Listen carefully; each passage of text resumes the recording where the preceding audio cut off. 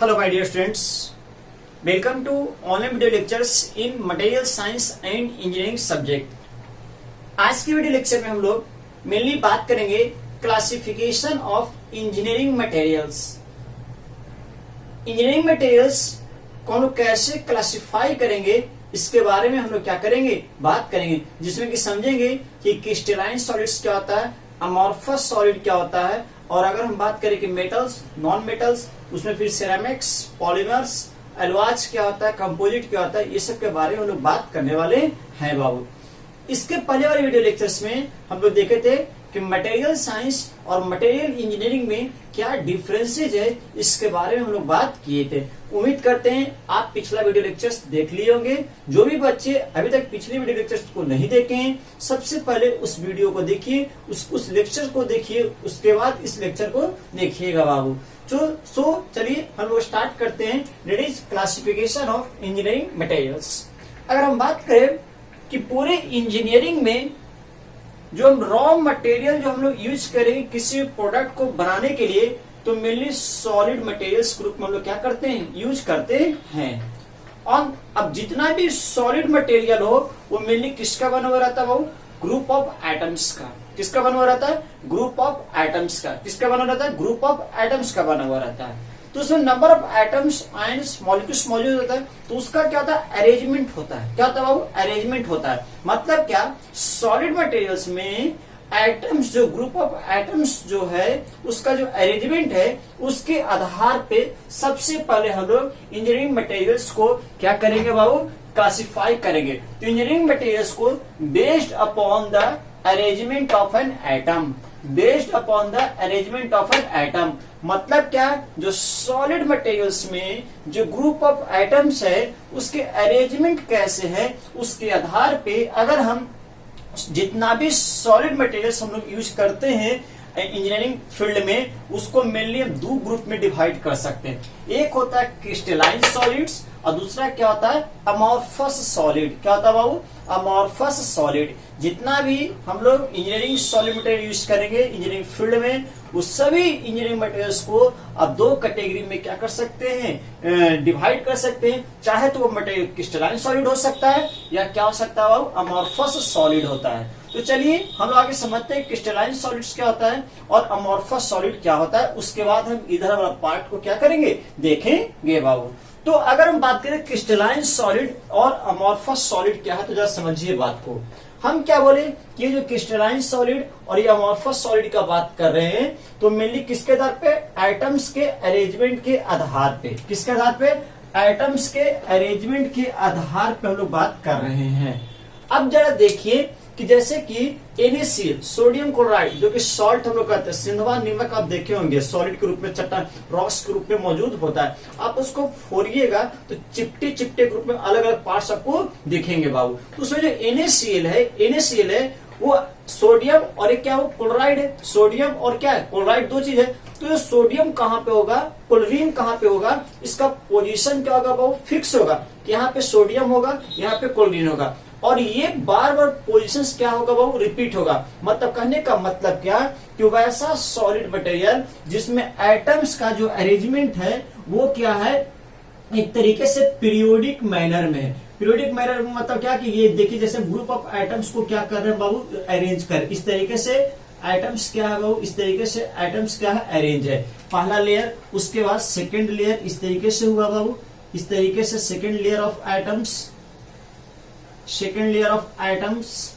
उसके बाद अगर हम बात करें एक और लेयर है बाबू, तो इस तरीके से है।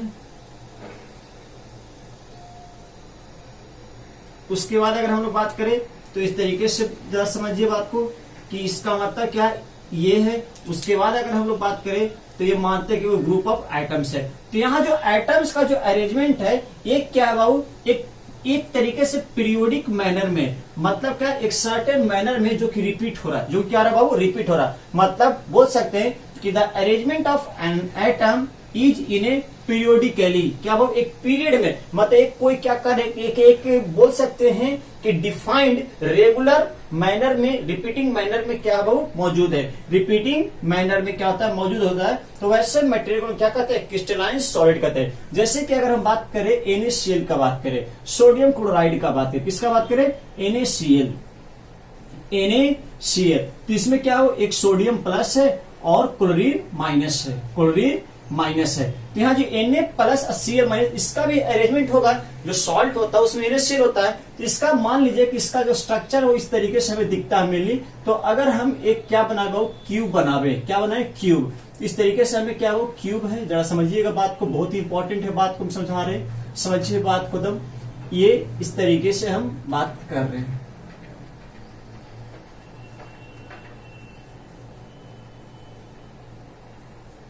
इस तरीके से। अब देखिए यहाँ पे कोई है, अब यहाँ पे आइटम सोडियम और क्लोरीन कहाँ है, ये फिक्स है। मतलब क्या है कि यहाँ पे मान लो कि यहाँ पे क्या वो सोडियम है, हम ये ब्लू से जो बना रहे हैं वो क्या वो सोडियम है, और एक सोडियम कहाँ है बाबू, यहाँ है, एक सोडियम कहाँ है, यहाँ।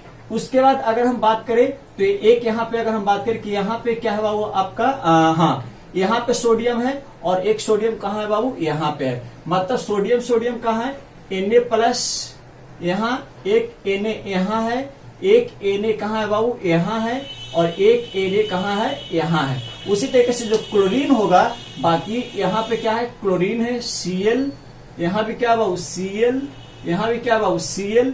और इसी तरीके से एक छोटा सा, मतलब इसी का रिपीटेशन हो रहा है। मतलब जैसे आप क्यूब दिख रहा है छोटा सा, इसको तो यूनिट सेल बोलते हैं, बाद में डिटेल में हम लोग बात भी करेंगे। और ऐसा ही अगर ऐसा ही क्यूब इधर एक्स में बिछावे, ऐसा ही क्यूब एक और हम अटैच कर दे कहा, वाई डायरेक्शन में, और एक ऐसा ही क्यूब अगर हम क्या करें बाबू, जेड में अगर अटैच कर दे, तो एक तरीके से थ्री डायमेंशन में इस यूनिट सेल का रिपीटेशन हो रहा है कि नहीं हो रहा। और अगर थ्री डायमेंशन में इस यूनिट सेल का रिपीटेशन हो रहा है, तो इस यूनिट सेल में सोडियम और क्लोरीन का पोजीशन भी क्या वो फिक्स है, पोजीशन क्या वो फिक्स है।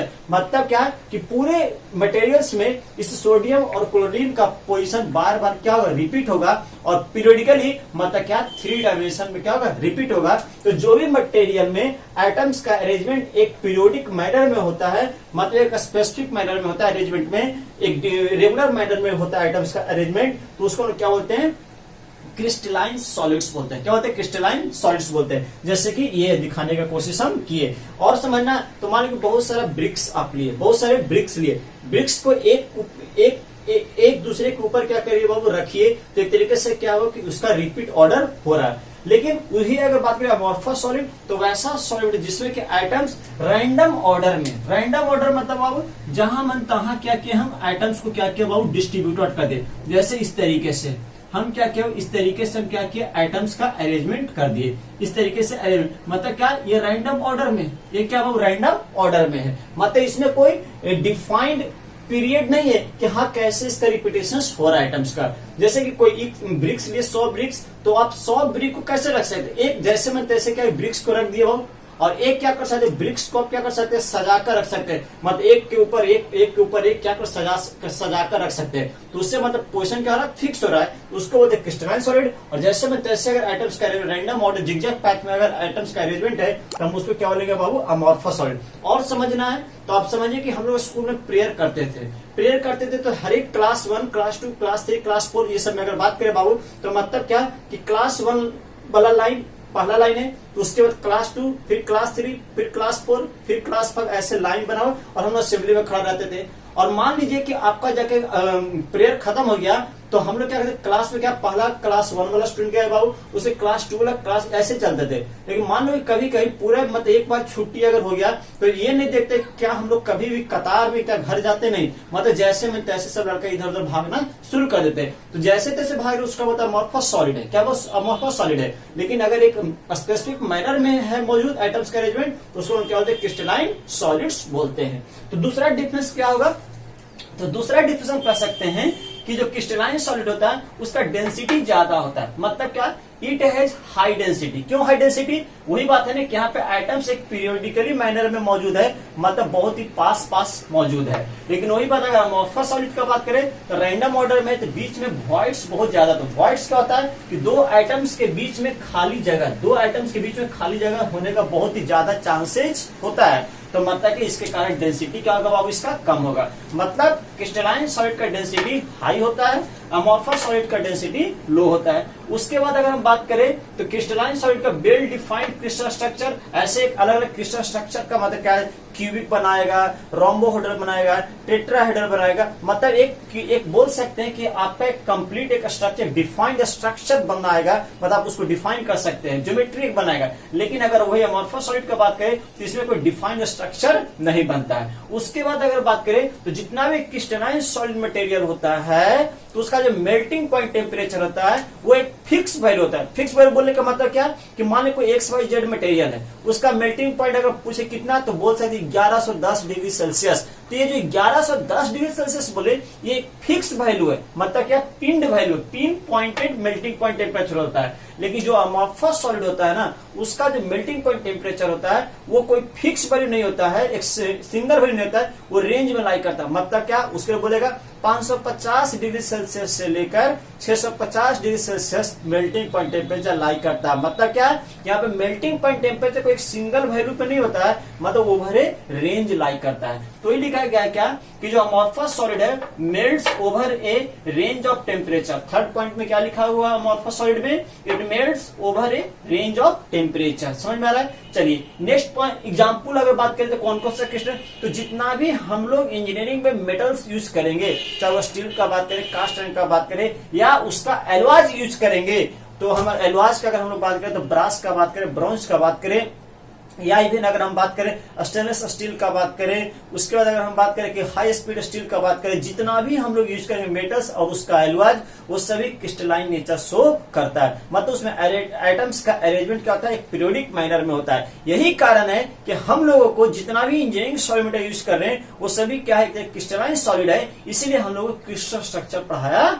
जाता है। आपको समझ में आ रहा है कि हम लोग क्रिस्टल स्ट्रक्चर क्यों पढ़ाया जा रहा है? क्योंकि जितना भी हम लोग इंजीनियरिंग सॉलिड मटेरियल यूज करने वाले हैं इंजीनियरिंग एप्लीकेशन में वो सभी क्रिस्टलाइन स्ट्रक्चर शो करता है, क्रिस्टलाइन सॉलिड इन नेचर होता है। और इसका मतलब उसमें जो एटम्स का अरेंजमेंट है वो पीरियोडिक मैनर में होगा, मतलब उसका एक सर्टेन डिफाइंड स्ट्रक्चर होगा, ज्योमेट्री होगा। तो वही हमें लोगों को क्या करना है, डिटेल में एनालिसिस करना है। उसके अलावा डायमंड का बात करें, ग्राफाइट का बात करें, आप पेंसिल में भी देखते हो पेंसिल किस ग्राफाइट का बना हुआ रहता है, तो डायमंड, ग्राफाइट इस सब का बात करें, ये सभी क्रिस्टलाइन मटेरियल्स होता है। क्या होता है? Crystalline material. तो लिखा हुआ fifth number example, diamond, graphite, metals and it's alloys और क्या हो, सेरेमिक्स मटेरियल। तो ये सब क्या क्रिस्टलाइन सॉलिड्स मटेरियल होता है। अगर वही बात अगर हम बात करें अमॉर्फस सॉलिड का अगर बात करें तो मेनली जो ग्लास होता है, जो विंडो ये सब हम यूज करते हैं या मोटर व्हीकल में साइड मिरर के रूप में यूज करते हैं, ये सब वो सब क्या होता है, एक तरीके से अमॉर्फस सॉलिड होता है।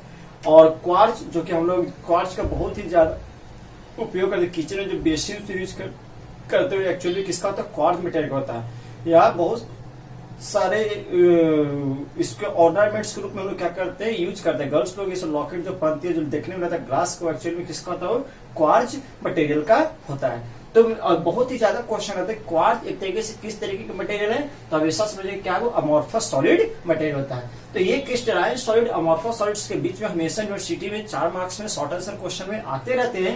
ये क्रिस्टलाइन सॉलिड अमॉर्फस सॉलिड से कैसे अलग है, या ये हो सकता है कि क्रिस्टलाइन सॉलिड अमॉर्फस सॉलिड का एग्जाम्पल ग्रुप में ऑब्जेक्टिव आते रहते हैं। तो क्रिस्टलाइन सॉलिड अमॉर्फस सॉलिड्स के बीच में एक ऑब्जेक्टिव क्वेश्चंस भी आते रहते हैं और शॉर्ट आंसर क्वेश्चंस भी आते रहते हैं। तो बहुत ही इंपॉर्टेंट है, इसको समझना है बाबू। चलिए अब अगर हम बात करें तो ये हम क्या देखें कि based upon the arrangement of an atoms का बात हम लोग किए कि 2 तरीके होता है, जितना भी मटेरियल चाहे तो क्रिस्टलाइन सॉलिड्स के अंदर होगा या क्या होगा, अमॉर्फस सॉलिड्स के अंदर होता है। नेक्स्ट अब जो हम लोग मेनली क्या बोले कि इंजीनियरिंग फील्ड में जो हम लोग जितना भी इंजीनियरिंग मटेरियल्स यूज करते हैं सॉलिड के फॉर्म में, वो चाहे क्या हो सकता है, मेटल्स हो सकता है, सेरेमिक्स हो सकता है, कंपोजिट मटेरियल हो सकता है, पॉलीमर्स हो सकता है, या क्या हो सकता है बाबू, एलॉज हो सकता है। तो मतलब क्या कि apart from the arrangement of an atom, इसके अलावा भी इंजीनियरिंग मटेरियल्स को हम लोग क्लासिफाई करते हैं मेटल्स में। किस लोग मेटल्स में, मेटल्स का क्या प्रॉपर्टीज होता है ये सब आप लोग ऑलरेडी जान रहे हो क्योंकि 8 क्लास से पढ़ाया जाता है। वो मेटल्स में दो, एक फेरस और एक क्या होता है वो नॉन फेरस मेटल।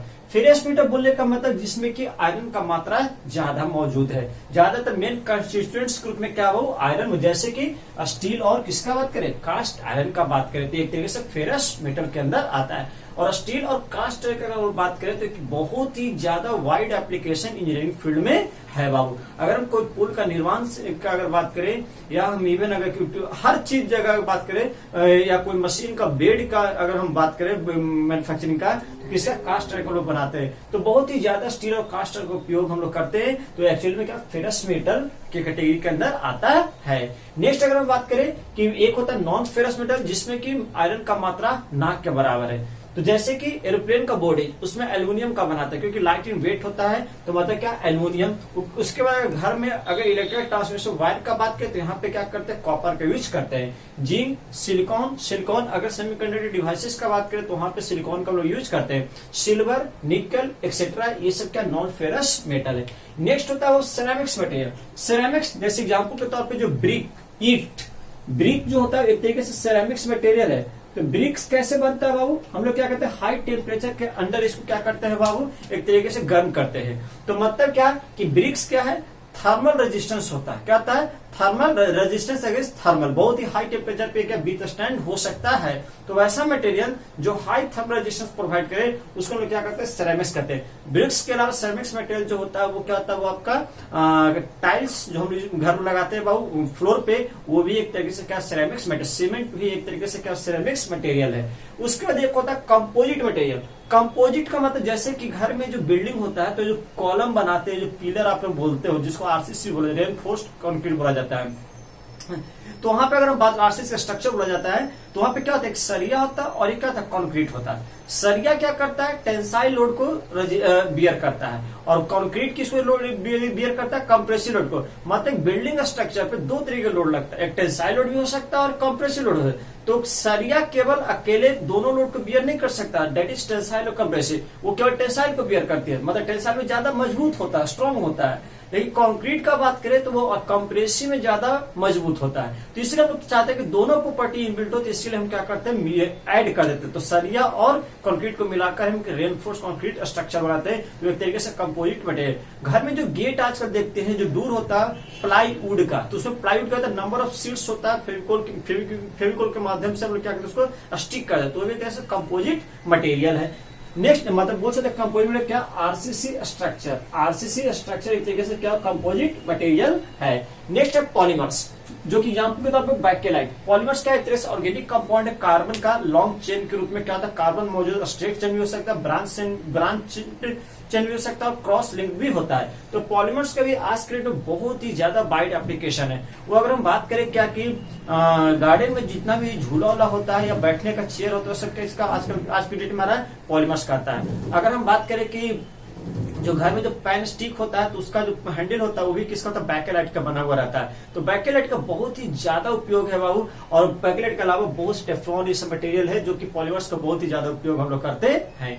नेक्स्ट है एलॉयज। क्या हो एलॉय, एलॉय में क्या करते हैं बाबू कि कोई सिंगल एलिमेंट, कोई सिंगल मेटल क्या वो सभी मैकेनिकल प्रॉपर्टी इनबिल्ट नहीं गए। किसी में हार्डनेस ज्यादा है तो किसी में डक्टिलिटी कम होगा, किसी में ब्रिटलनेस ज्यादा है तो डक्टिलिटी कम है, किसी में डक्टिलिटी ज्यादा है तो ब्रिटलनेस कम है, किसी में हार्डनेस ज्यादा है तो किसी में कोरोजन रेजिस्टेंस नहीं है। तो ये सब प्रॉपर्टी अगर हमको चाहिए अलग अलग प्रॉपर्टी एक ही मेटल में, तो हमको कुछ क्या करना पड़ता है, एक्स्ट्रा एलिमेंट एक्स्ट्रा मटेरियल में ऐड करना होता है। तो जो ऐड करते हो वो क्या होमोजीनियस मिक्सचर होना चाहिए। मतलब क्या कि through out the mixture composition same होना चाहिए, ऐसा नहीं कि हर जगह नॉन इन्फॉर्म हो जाना चाहिए। तो उसको एलॉयज कहते हैं। पढ़ाएंगे डिटेल में, इससे पूरा डिटेल में पढ़ना है। तो एलॉयज में भी दो होता है, एक होता है फेरस एलॉयज और एक होता है नॉन फेरस एलॉयज। तो फेरस एलॉयज जैसे कि हाई स्पीड स्टील, जितना भी कटिंग टूल्स होता है जो कि मैन्युफैक्चरिंग 1 में आपको पढ़ाया जाएगा, लेथ मशीन, उसके बाद ड्रिलिंग मशीन, मिलिंग मशीन, ये सब का बात करें तो ये सब का जो मशीन बनता है, मशीन टूल जो बनता है बहुत इसमें स्ट्रेंथ ज्यादा होना चाहिए, कोरोजन रेजिस्टेंस होना चाहिए बाबू, तो हीट रेजिस्टेंट होना चाहिए।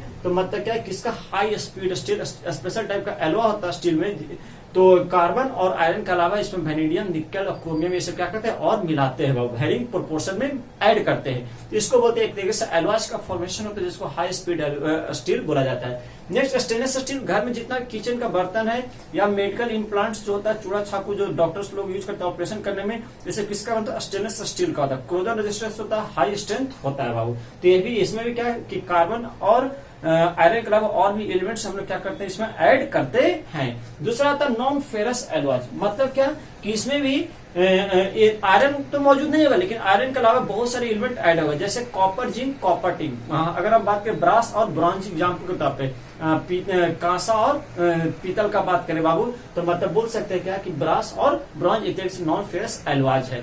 तो ये सब हमें डिटेल में पढ़ना है आगे चलकर कि एलॉयज क्या होता है, कैसे एलॉयज का फॉर्मेशन होता है, क्या फेज डायग्राम होता है, ये सब टोटल बात करें। फेरस, नॉन फेरस मेटल के बारे में डिटेल में बात करें। यूनिट नंबर 2 और यूनिट नंबर 3 पूरी तरीके से यही फेरस और नॉन फेरस और एलॉयज के बारे में डिटेल में हमें क्या करना है, पढ़ाई करना है बाबू। समझ में आ रहा है? तो इतना आपको अच्छे से क्या करना है, नोट्स बनाना है। इतने का इतना बात समझ में आ रहा है क्या? अच्छा, ये सब का नोट्स हम क्या किए, पीडीएफ रूप में भी आपको ऐप में प्रोवाइड करवा दिए हैं। अगर किन्हीं को लगता है कि हम बोर्ड पर से होते तो आप बोर्ड पर से उतार सकते हो, लेकिन बस ये जरूर याद रखना है कि कॉपी नोट्स आपको बनाना है। बिना कॉपी नोट्स बनाए हुए आप सफल नहीं होगे। तो इसका मतलब क्या है कि आपको कॉपी नोट्स बनाना ही बनाना है। कॉपी नोट्स बनाने का आदत डाल लो बाबू, समझ में आ रहा है? और साथ साथ याद भी करते चलिए। मतलब क्या कि डेली 20 से 25 मिनट का वीडियो लेक्चर्स होता है, तो उसको रिवाइज करने में कितना, हार्डली 10 मिनट्स। तो 10 मिनट्स में आपको रिवाइज भी साथ साथ करते रहना है, क्योंकि एक ऐसा पेपर है कि बहुत ही इंटरेस्टिंग है। लेकिन अगर आप स्टार्टिंग से अगर ध्यान फोकस नहीं करिएगा तो आप पे क्या वर्डन होगा, और लास्ट टाइम में आप प्रॉब्लम में आ जाओगे, फिर बोलने लगोगे सर बहुत ही बड़ा पेपर है, बहुत ही हार्ड है, बहुत ही रटने वाला पेपर है, ऐसा आप बोलने लगोगे।